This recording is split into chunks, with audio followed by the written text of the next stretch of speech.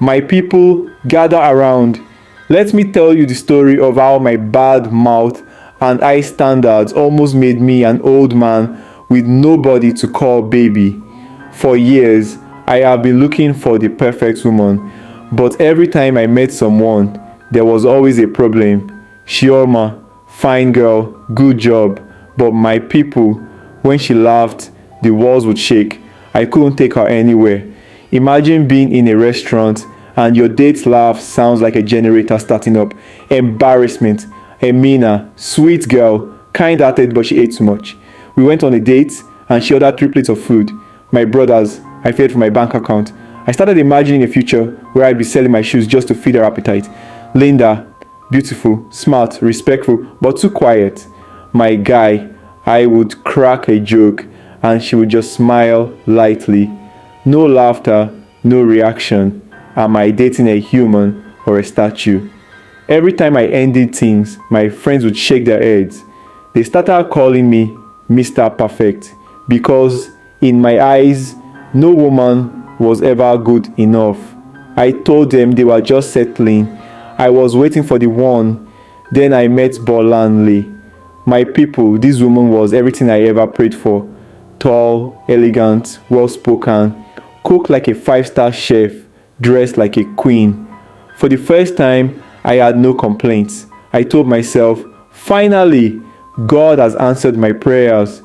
We dated for 6 months and one day she said, babe, let's go to my village and meet my uncle. I didn't even think twice. No wahala, I said. My brothers and sisters. That was the day my village people caught me. We got to our village and our uncle, a respected elder, welcomed us warmly. But from the moment he saw me, he just smiled in a way that made me uncomfortable. After a few pleasantries, he said, young man, you complain too much. You will never be satisfied. I laughed nervously. Ah, Baba, who told you that one? He only smiled and told Bolanle to bring kola nut. I took it, thinking it was just tradition. Biggest mistake of my life. The moment I chewed the kola nut, something shifted. A strange breeze blew past me and suddenly my mouth started working on its own. My people, I could not control my tongue.